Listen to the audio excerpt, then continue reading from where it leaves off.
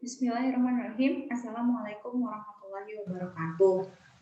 Apa kabar teman-teman mahasiswa TW semua?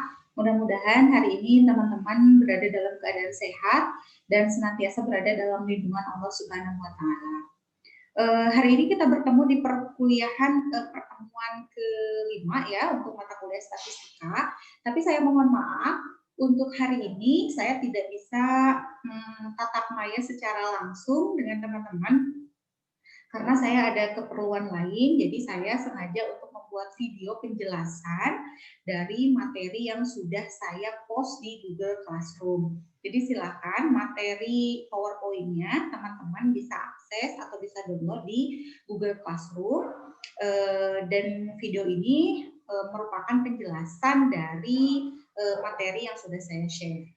Oke, saya coba untuk share materinya. Oke, baik. Jadi untuk pertemuan hari ini kita masih melanjutkan pembahasan dari minggu lalu, yaitu mengenai bab ukuran pusat dan ukuran letak. Kalau minggu lalu kita sudah membahas mengenai ukuran pusat, dan mudah-mudahan teman-teman masih ingat ya sampai sekarang bagaimana menentukan ukuran pusat dari suatu data. Nah, untuk hari ini kita akan membahas mengenai ukuran letaknya. Tapi saya sedikit mereview dulu nih apa yang sudah disampaikan minggu lalu, terutama untuk istilah-istilah yang memang ada di dalam pengukuran data. Jadi kita tahu bahwa ukuran data ini ada dua ya, ada yang namanya ukuran pusat dan juga ada ukuran letak. Jadi ukuran pusat ini terdiri dari mean, median, dan modus. Ini yang sudah dibahas minggu lalu. Kemudian ukuran letak, ini yang akan kita bahas hari ini, ada yang namanya kuartil, desil, dan persentil. Oke, nah dari ukuran pusat dan ukuran letak ini atau ukuran data secara keseluruhan, yang harus teman-teman ingat adalah bahwa kita harus meninjau terlebih dahulu apakah si datanya itu merupakan data tak terkelompok atau datanya sudah terkelompok, gitu ya. Nah, jadi saya review atau ulas kembali apa itu data tak terkelompok. Data tak terkelompok ini merupakan data yang nilainya belum disusun ke dalam tabel distribusi frekuensi atau datanya itu tidak dibagi berdasarkan interval-interval, gitu ya. Jadi ini biasanya memang digunakan untuk data yang relatif sedikit. Jadi kita bisa menyajikannya ke dalam tabel, tapi tidak ada interval-interval khusus, gitu ya. Lain halnya dengan data terkelompok. Kalau data terkelompok, itu nilai-nilai datanya sudah dibagi ke dalam kelompok-kelompok atau interval-interval tertentu. Jadi biasanya kita sajikan dalam tabel distribusi frekuensi, gitu ya. Dan ini biasanya memang digunakan untuk data yang relatif banyak, gitu ya. Jadi untuk menyederhanakan data, maka kita sajikan dalam bentuk interval-interval atau kelompok-kelompok data. Kemudian istilah ketiga ada lagi array ya. Array itu adalah urutan data dari nilai terkecil sampai dengan data yang terbesar. Oke, teman-teman, mudah-mudahan ini masih ingat dan bisa membedakan apa itu data terkelompok dan data tak terkelompok. Kemudian teman-teman juga masih ingat apa itu array. Nah, ini contoh untuk data yang tak terkelompok ya. Jadi kalau ditabelkan itu nilainya ya berdiri sendiri saja gitu. Data yang berdiri sendiri secara numerik berdasarkan data apa adanya. Jadi tidak ada interval-interval tertentu. Gitu ya. Tapi data yang terkelompok, nah ini bisa kita lihat bahwa data terkelompok ini ada interval-intervalnya gitu ya. Jadi tabel distribusi frekuensinya ini sengaja untuk menyederhanakan data-data yang biasanya jauh lebih banyak, gitu ya. Jadi A sampai B, C sampai D, E sampai F. Jadi tidak perlu disebutkan nilai datanya satu persatu. Gitu. Kemudian ini untuk array ya.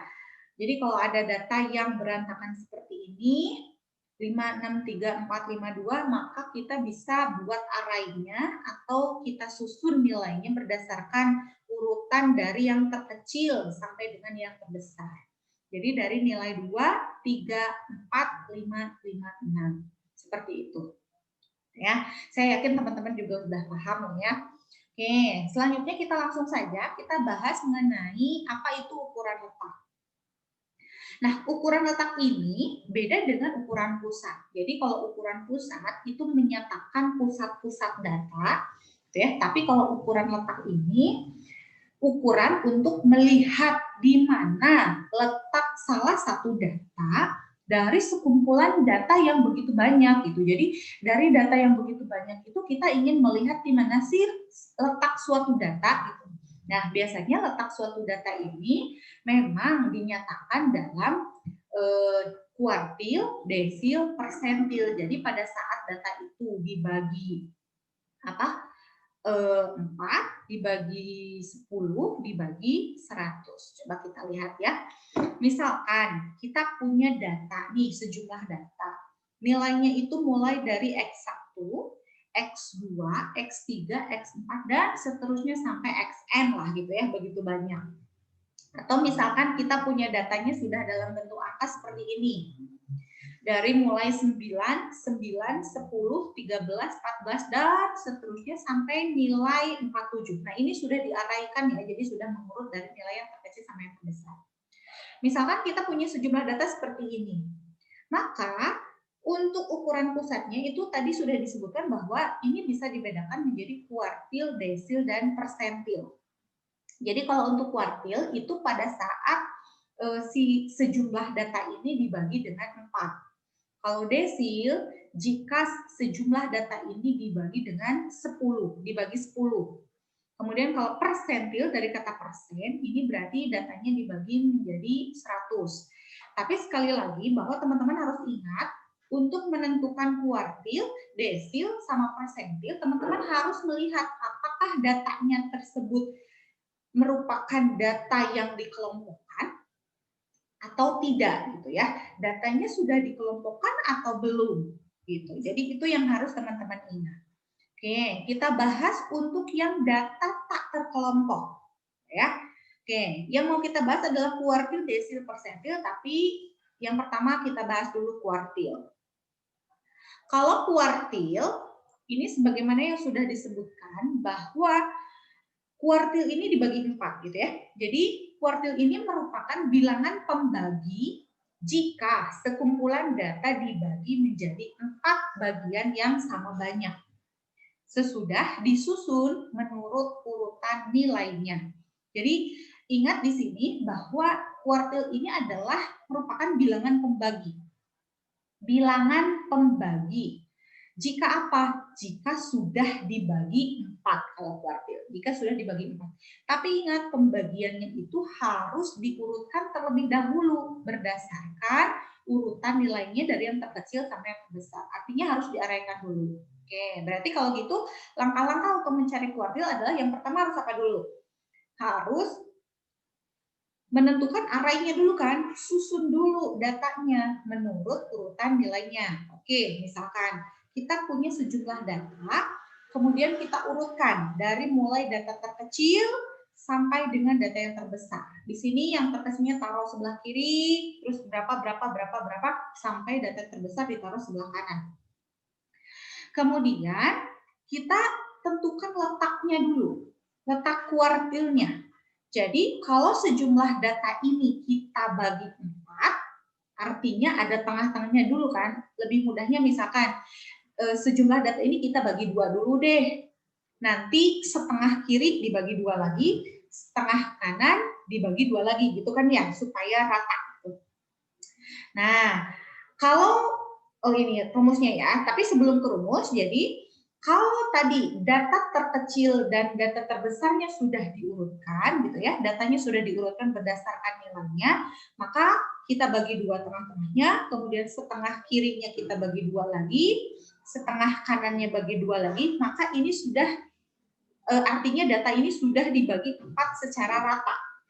Nah, si bilangan pembaginya itu yang disebut dengan kuartil. Si noktah-noktah ini atau titik-titik ini sebagai batas antara seperempat pertama dengan perempat kedua. Si kuartil noktah kedua yang disebutnya dengan kuartil kedua ini adalah pembagi dari seperempat kedua dengan seperempat ketiga. Kemudian kuartil ketiga ini adalah pembagi atau pembatas antara seperempat ketiga dengan seperempat keempat gitu ya.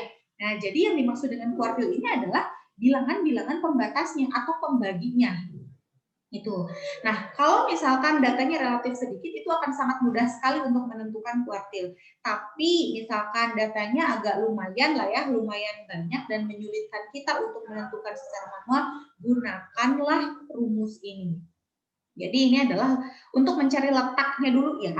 Letak kuartil itu posisinya, berarti posisi pembagi ketiga itu ada di data keberapa ya.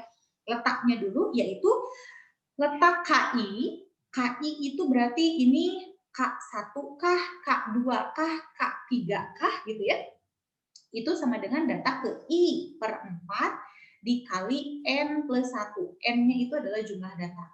Jadi kalau kuartil ini ada 3. Jadi data dibagi 4 berarti pembaginya itu ada 3.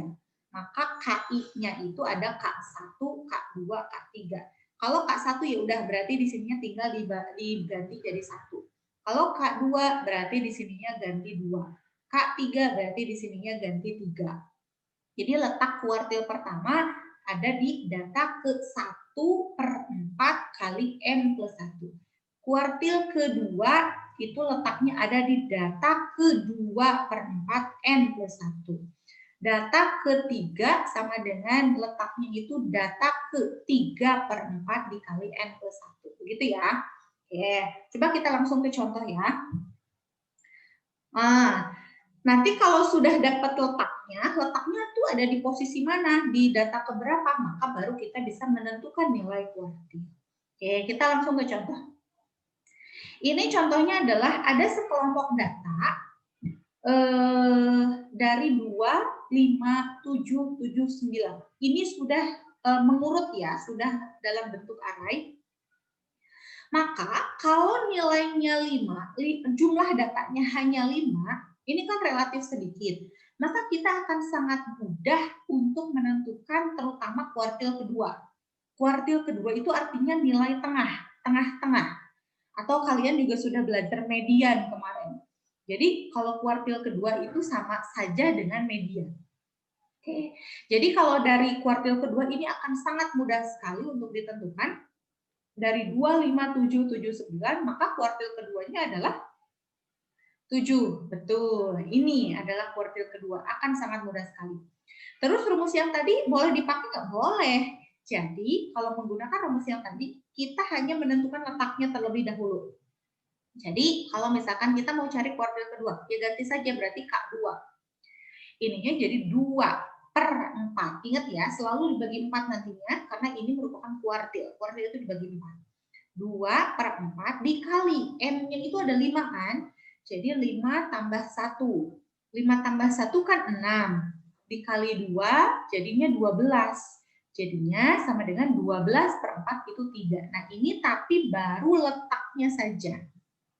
Jadi kuartil kedua itu letaknya di data ketiga. Lihat data ketiga, ini data pertama, ini data kedua, ini data ketiga, data keempat, data ke-9, data ke-5. Jadi kalau gitu, data ketiga itu sama dengan 7. Begitu ya. Itu kuartil kedua. Bagaimana dengan kuartil pertama? Coba. Dari data yang tadi 2, 5, 7, 7, 9. Kira-kira kuartil pertamanya di mana? Kalau kita lihat 7 itu kan tadi tengah-tengah ya. Berarti kalau setengah ke kiri dibagi 2 lagi, maksudnya dibagi setengahnya mana? 5 kah? Atau 2 kah? Gitu kan?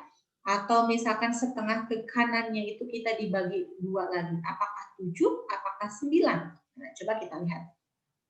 Kalau teman-teman kebingungan, maka kita langsung bisa menggunakan persamaan yang tadi. Kalau untuk mencari kuartil pertama kan berarti 1 di sini per 4 dikali M-nya masih 5 plus 1. Jadi 5 plus 1 6 kali 1 jadi 6. 6 per 4 6 dibagi 4 itu sama dengan 1,5. Ini letak data kuartil pertama. Artinya ini si kuartil pertama itu dia terletak antara data ke-1 dan data kedua. Jadi ini kan letak kuartil ya. Kalau letak kuartil itu berarti 1,5 itu datanya ada di data ke-1,5. Kalau lihat dari arraynya, ini data pertama, ini data kedua. Berarti kalau itu data 1,5 itu ada di antaranya. Nah, ada di antaranya.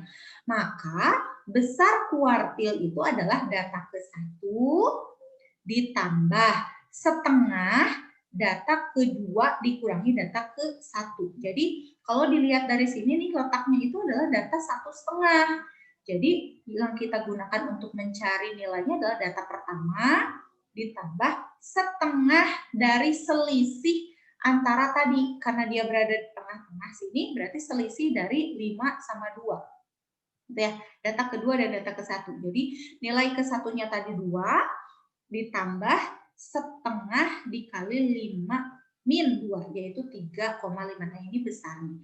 Jadi letaknya ada di data 1,5, tapi besarnya, besar kuartil pertama itu ada di, sebesar 3,5. Gitu. Demikian pula untuk kuartil ketiga. Kuartil ketiga, kalau kita masukkan ke dalam persamaan tadi, untuk mencari letaknya dulu ya, letaknya itu berarti K3 sama dengan 3/4, gitu ya. Karena ini kuartil ketiga, selalu dibagi 4, 3/4 dikali N plus 1, N-nya masih tetap 5. 5 tambah 1 itu 6, dikali 3 itu 18, jadi 18/4. Itu hasilnya 4,5. Ini letaknya. Sekali lagi ini adalah letaknya, baru letaknya. Letaknya itu ada di data ke-4,5. Ya, data ke-4,5. Jadi di antara data ke-4 dan ke-5, karena ini data pertama, kedua, ketiga, ke-4, 4,5 berarti ada di tengah-tengah sini kan. Jadi kita harus menentukan berapa besarnya, yaitu untuk besarnya, karena ini 4,5 berarti kita gunakan data ke-4, nilai data ke-4 ditambah setengah nih, setengah dari selisih antara data ke-5 dan data ke-4. Gitu. Jadi nilai data ke-4-nya adalah 7 ya, ini data ke-4 nih, 7 ditambah setengah dari selisih antara 9 dan 7. Jadi 7 ditambah setengah dikali, ini berapa nih? 2. 2 kali setengah adalah 1, jadi 7 tambah 1, 8. Jadi kesimpulannya kuartil pertama tadi 3,5, kuartil keduanya adalah 7, kuartil ketiganya adalah 8. Itu. Oke, mudah-mudahan teman-teman paham ya untuk penentuan kuartil. Oke, selanjutnya kita akan bahas desil. Nah, desil ini kan berasal dari kata dasa. Dasa itu 10 kan, jadi ini pengertiannya tidak jauh berbeda, yaitu merupakan bilangan pembagi jika sekumpulan data dibagi menjadi 10 bagian yang sama besar atau sama banyak. Ingat, dilakukan pembagiannya itu harus sesudah disusun menurut urutan nilainya atau arraynya terlebih dahulu. Ya. Jadi karena ini desil, desil itu dibagi 10 nilai yang sama banyak, berarti desilnya ada 9 karena pembaginya, nilai pembagi atau nilai pembatasnya. Jadi desilnya itu ada 9 mulai dari D1, D2, D3, D4, D5, D6, D7, D8, D9. Tidak ada D10 ya, karena ini dibagi 10 berarti pembatasnya hanya ada 9. Nah, untuk letak desil, ini masih letak ya, maka rumusnya juga tidak terlalu berbeda dengan yang tadi. Hanya tinggal diganti simbol aja. Ini D1, DI. Ini rumusnya sama, data ke I per, kalau tadi per 4, sekarang per 10, karena dibagi 10. Jadi rumusnya sama aja. Letak DI sama dengan data ke I per 10 dikali N plus 1. Ingat, I-nya ini adalah untuk 1 sampai dengan 9. Ya, karena desil itu ada 9. Oke, gitu ya.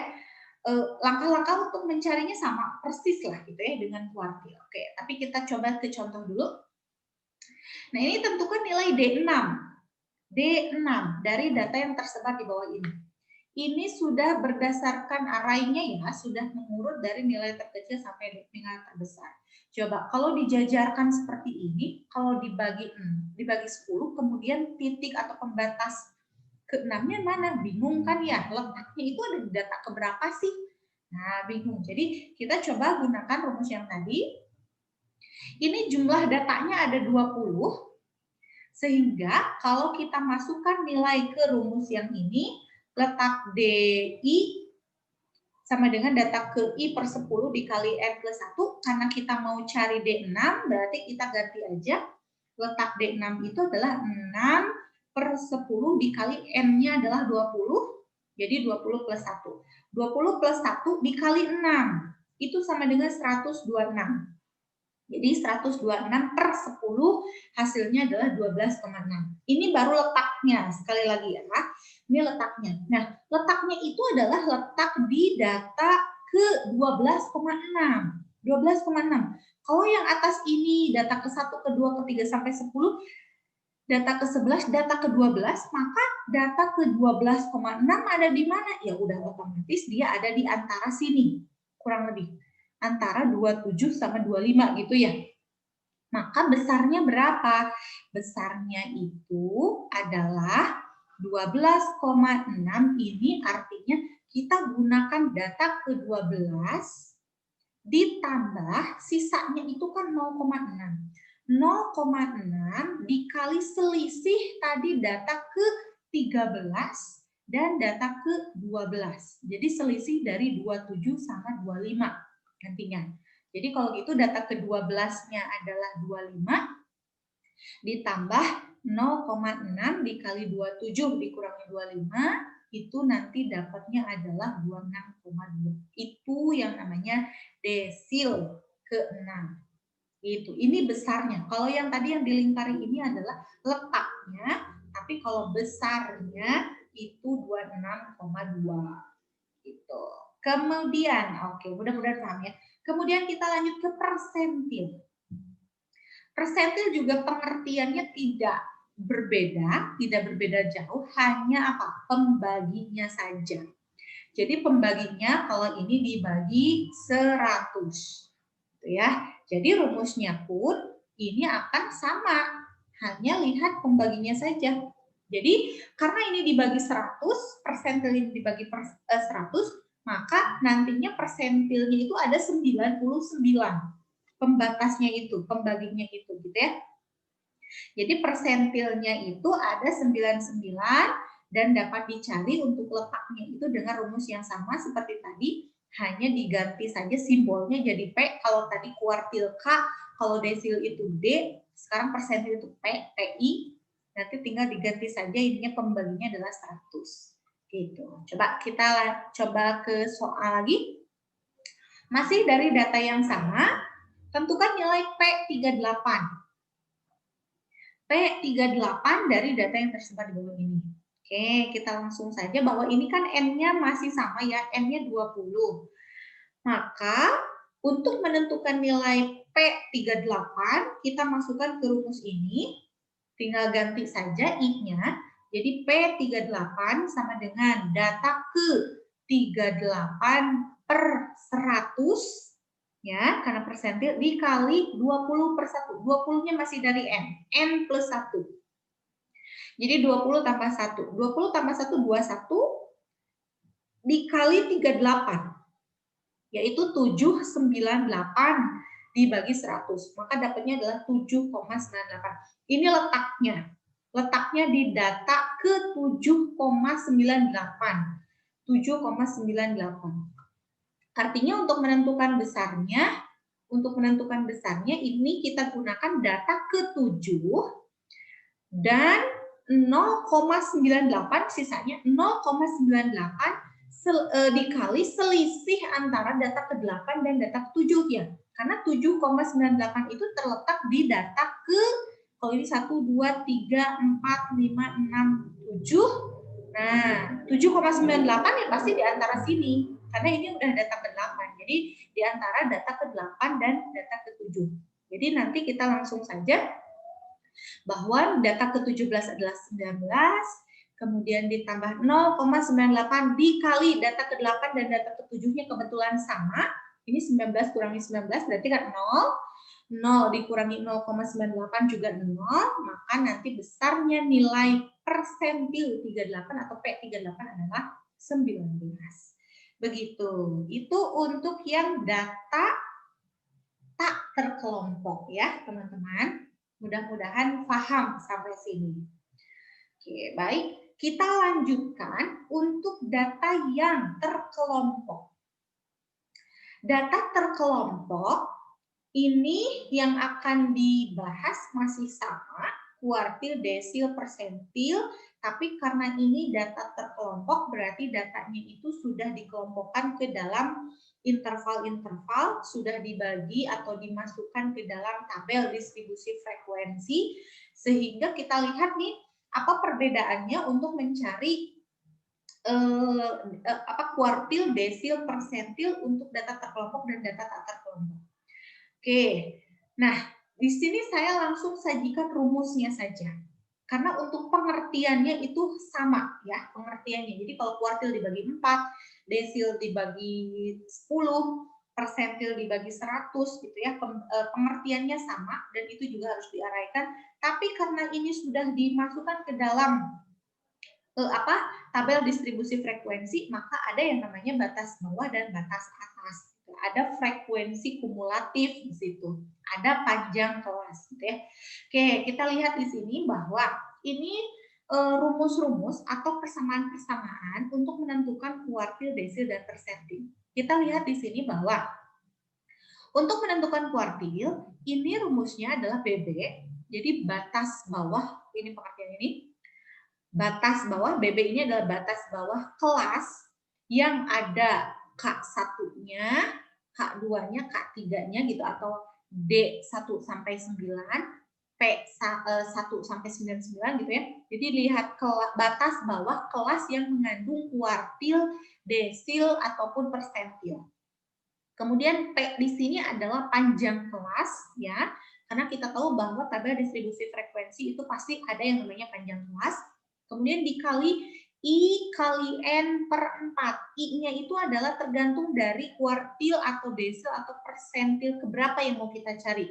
Kalau K1 ya udah berarti di sininya 1. Kalau K3 berarti di sininya 3. Begitupun untuk desil. Desil 38 ya udah di sininya berarti ganti nih 38. Kalau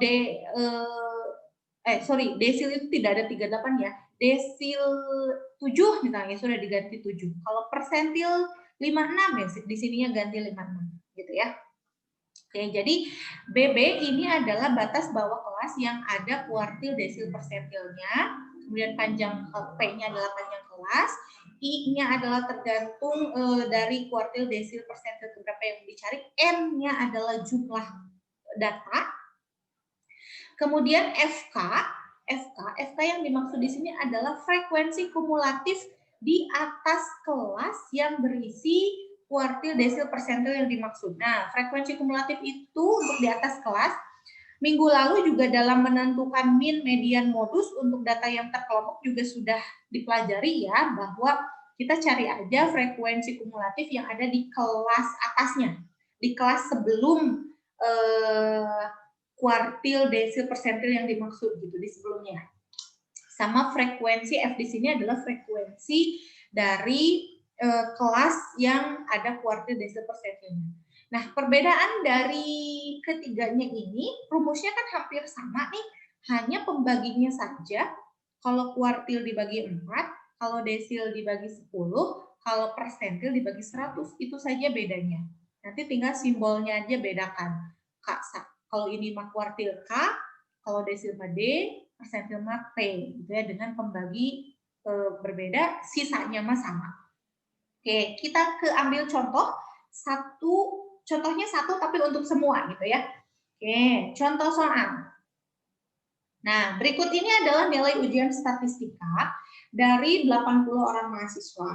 Oke, ini karena kalau 80 data itu relatif sudah banyak datanya, jumlah datanya, artinya kita bisa menyajikannya dalam bentuk tabel distribusi frekuensi. gitu ya. Nah, ini sudah berada dalam kuartil-kuartil tertentu. Jadi dari 31 sampai 40 itu ada 1, 41 sampai 50 ada 2, dan seterusnya sampai ke rentang 91 sampai 100 itu ada 12. Jadi jumlah datanya ada 80. Nah, pertanyaannya itu adalah tentukan nilai dari K3, D7, dan P45. Jadi kuartil ketiga, desil ke-7, dan persentil 45 yang harus ditentukan. Coba ya, kita cari dulu dari kuartil ketiga. Menentukan nilai kuartil ketiga. Nah, untuk menentukan kuartil ketiga, artinya kita butuh minimal 3/4 dari jumlah data. Ingat, kalau data keseluruhan kita bagi 4, artinya ada 1/4, ada 2/4, ada 3/4 kan ya. Nah, untuk menentukan kuartil ketiga, pembatas dari 3/4-nya ini berarti kita minimal butuh memang keseluruhan data, 3/4 dari keseluruhan data. Gitu. Jadi, untuk menentukan kuartil ketiga kita perlu minimal 3/4-nya. Karena dari soal yang tadi itu datanya ada 80, maka kita data yang kita butuhkan adalah 3/4 dari 80, yaitu ada 60 data. Minimal yang kita butuhkan adalah 60 data. Coba kita lihat. Kalau dari kelas tabel distribusi frekuensi seperti ini, kita data ke-60 itu ada di mana sih gitu ya. Nah, itu fungsinya kita membuat tabel frekuensi kumulatif. Jadi, sebagaimana yang sudah disebutkan minggu lalu bahwa tabel frekuensi kumulatif ini kita tinggal jumlahkan frekuensi-frekuensinya. Jadi, ini satu nih, untuk mencarinya adalah 1 taruh sini. Kemudian nanti ditambahkan dengan 2, berarti 3. Nanti tambahkan dengan 5, berarti 8, taruh sini. Tambahkan dengan 15, berarti 23. Tambahkan dengan 25, berarti 48. Tambahkan 20, berarti 68. Tambahkan 12, berarti 80. Nah, ini adalah tabel frekuensi kumulatif. Kalau kita butuh data minimal 60 data, maka 60 data ke-60 ada di mana gitu ya. Nah, data ke-60 itu adanya di sini. Kenapa? Karena ini namanya tabel distribusi frekuensi kumulatif. Jadi, kalau kelas yang ini dia kan ada datanya 1, berarti dia cuma ada 1 data doang. Di kelas kedua ini datanya baru ada 3. Di kelas keempat totalnya itu baru ada 8. Di kelas keempat itu datanya baru ada 23. Di kelas kelima ini datanya baru 48. Nah, data ke-60 itu berada di kelas ini. Karena di kelas ini itu datanya sudah ada 68. Karena kita butuhnya 60 data, berarti data ke-60 itu ada di kelas ini. Gitu. Itu ya. Sehingga kalau kita sudah menentukan, oh kelas ini nih yang kita gunakan, maka kita bisa menentukan BB-nya. Berapa nih? BB-nya, karena ujung bawahnya itu 81, ingat BB itu batas bawah itu harus dikurangi setengah. Jadi 81 kurangi setengah adalah 80,5. Ya, BB-nya itu harus dikurangi setengah, 80,5. Terus apalagi yang bisa diketahui? P, panjang kelas. Panjang kelasnya berapa sih? Nah, panjang kelasnya itu adalah dikurangkan saja. 41 dikurangi 31. Nah, 41 kurangi 31 adalah 10. Jadi P-nya 10. Kemudian F-nya, frekuensinya. Nah, frekuensinya lihat dari frekuensi asli. Berapa? 20. Tapi FK yang dimaksud di sini adalah frekuensi kumulatif di atas kelas. Di atas kelas maksudnya, kalau di sini frekuensi kumulatifnya 68, nah di atasnya kita ambil yang 48. Sebelumnya gitu ya, frekuensi sebelumnya. Jadi FK-nya kita ambil 48. Oke, kalau gitu, kalau kita sudah memperoleh keterangan-keterangannya atau data-datanya, masukkan ke tadi K3 itu berarti BB gitu ya, ditambah panjang kelasnya P dikali I dikali N per 4 dikurangi FK per F. Itu ya, tinggal masukkan BB-nya 80,5 ditambah panjang kelasnya 10, kemudian karena ini kuartil ketiga berarti 3 dikali N-nya 80 dibagi 4, karena ini kuartil, dikurangi FK-nya 8, dibagi F-nya 20. Ya sudah, hitung, akhirnya kita dapat 86,5. Nah ini sudah langsung, bukan ditanya lagi letaknya, tapi ini sudah besar kuartilnya. Kalau letaknya tadi adalah letaknya ada di 60 data pertama. Tapi kalau besar nilainya adalah 86,5. Cek apakah 86,5 ini berada dalam kelas interval ini? Iya ada gitu ya. Jadi memang kuartil ketiga itu berada di interval ini gitu. 86,5 itu berada di antara data 81 sampai 90. Itu contoh untuk mencari kuartil ketiga. Kemudian yang kedua adalah untuk mencari nilai desil ketujuh. Ya, desil ketujuh. Untuk menentukan desil ketujuh, artinya kita perlu minimal 7/10-nya.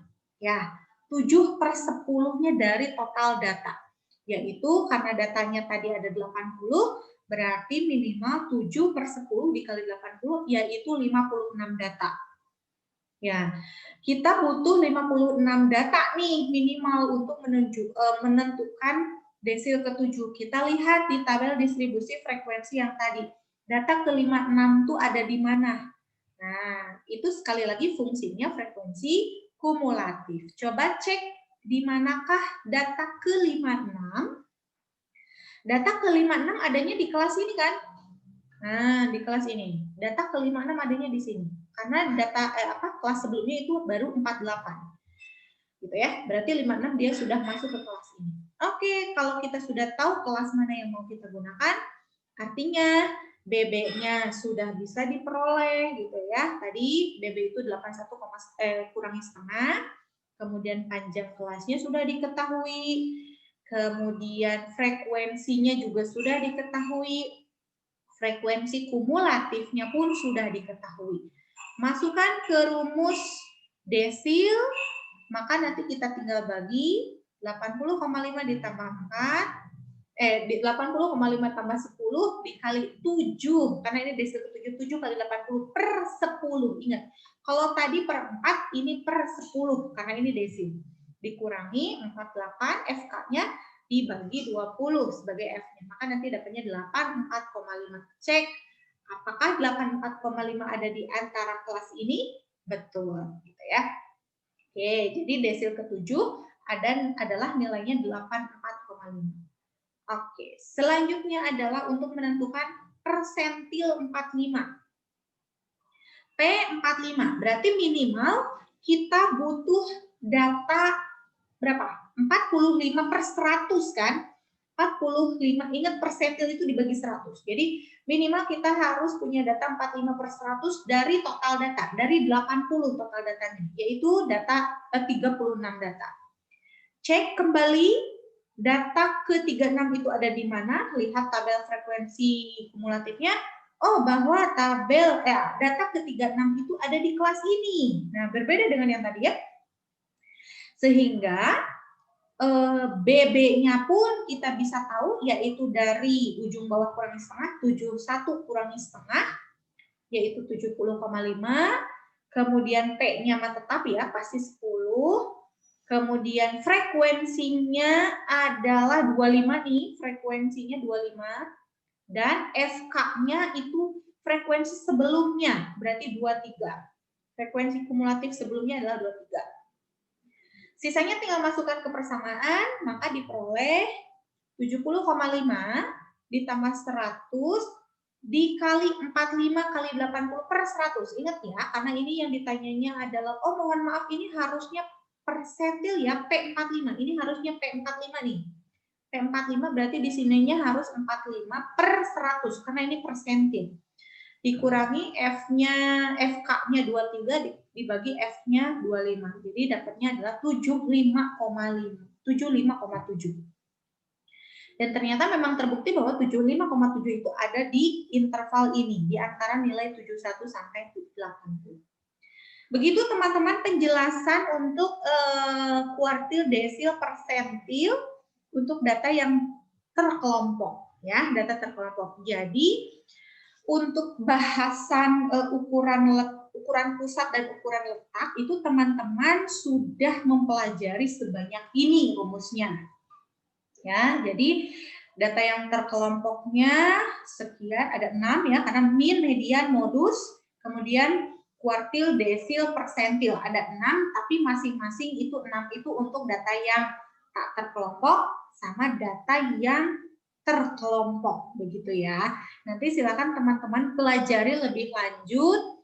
Mudah-mudahan penjelasan ini bisa membantu teman-teman mempelajari bab ini ya, terutama untuk ukuran letak. Dan sekali lagi mohon maaf karena saya tidak bisa menjelaskannya secara langsung. Dan ini pun adalah merupakan penjelasan singkat, tapi mudah-mudahan teman-teman bisa memahami karena saya yakin pada waktu SMA pun teman-teman sudah mempelajari ini. Jadi sampai ketemu minggu depan. Oh iya, selanjutnya tetap ada kuis. Jadi kuisnya akan di-post di Google Classroom. Itu bentuk esai ya. Kuisnya adalah bentuk esai untuk mencari min, median, modus, kuartil, desil, persentil gitu ya. Soalnya satu aja tapi ada 6 gitu. Ada 6 yang harus kalian cari minimal ya. Sampai ketemu minggu depan. Sampai ketemu. Assalamualaikum warahmatullahi wabarakatuh.